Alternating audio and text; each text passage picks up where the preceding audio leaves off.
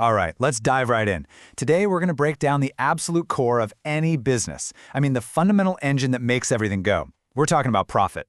We're going to look at the simple, powerful math that can build empires, or, if you get it wrong, expose some serious weaknesses. You might think about a little food truck on the corner, and then picture a huge, sprawling hotel chain. They seem like they're in completely different universes, right? But here's the thing. Fundamentally, they are both chasing the very same North Star. It's this one singular goal that connects every single commercial venture, and if you're a manager, understanding it is, well, it's everything. And that goal is profit maximization. Now, I want you to focus on a key word here, residual. It's so easy to see a busy store, cash flowing in, and think, wow, they must be crushing it. But profit isn't just the money that comes through the door. Nope, it's what is left over, the residual. It's a very specific, calculated number you get only after you've paid for absolutely everything. That number, that's the real health of your business. Now, getting to that all-important number involves an equation that honestly looks incredibly simple on paper. But trust me, as any manager will tell you, trying to master this formula is a lifelong challenge. It's like a constant, complex balancing act between two really powerful opposing forces. And here it is. This is the heart of it all. Profit equals your total revenue minus your total cost. It's that simple. If the money coming in, your revenue, is more than the money going out, your cost, you're profitable. If it's the other way around, you're losing money. The key takeaway for any manager is that you can't just be good at one of these. You have to be a master of both sides of this equation to really win. So let's break them down, starting with the side everyone loves to focus on, revenue. So let's talk about the money coming in. This is the growth side of the business, right? It's the part that gets investors excited and builds momentum. But how do we actually calculate it? Well, it's another formula that looks pretty straightforward, price times quantity. Let's stick with a hotel for our example.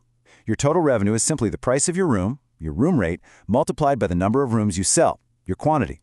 Seems easy, doesn't it? But the real game, the real strategy, is figuring out how to make that final number bigger. So this is the question. It's what keeps managers staring at spreadsheets late at night. You're sitting there, you're looking at your performance, and you know you need to grow that top line. What do? What levers can you actually pull to make that happen?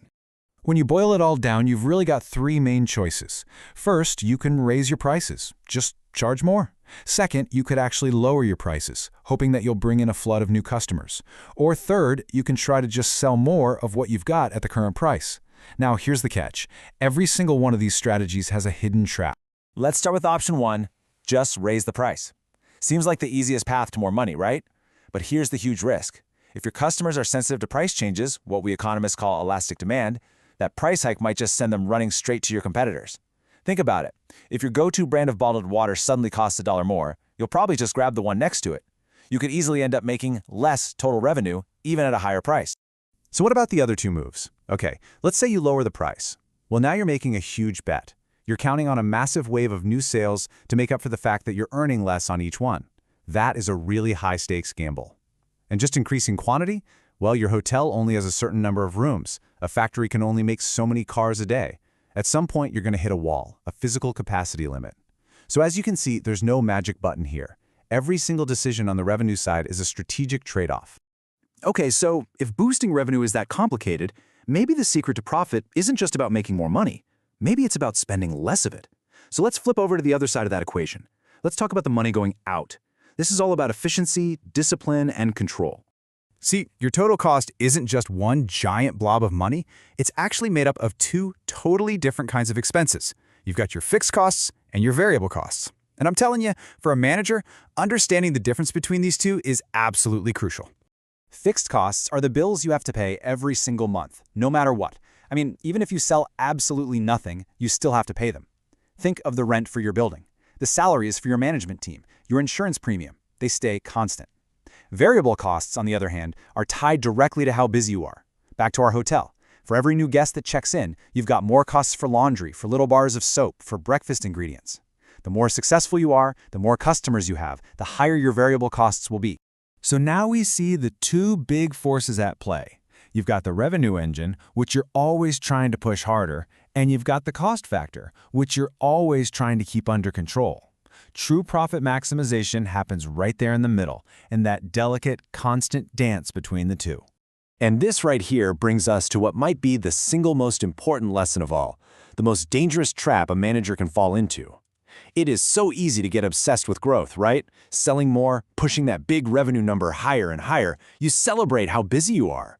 But if every new sale, every new guest is costing you more in those variable costs than you realize, you can end up in this crazy situation where you're busier than ever, but you're actually making less profit.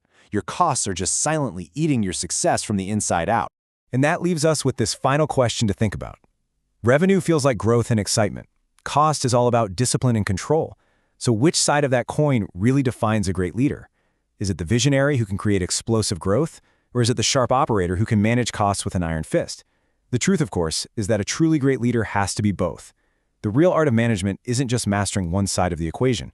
It's knowing exactly which lever to pull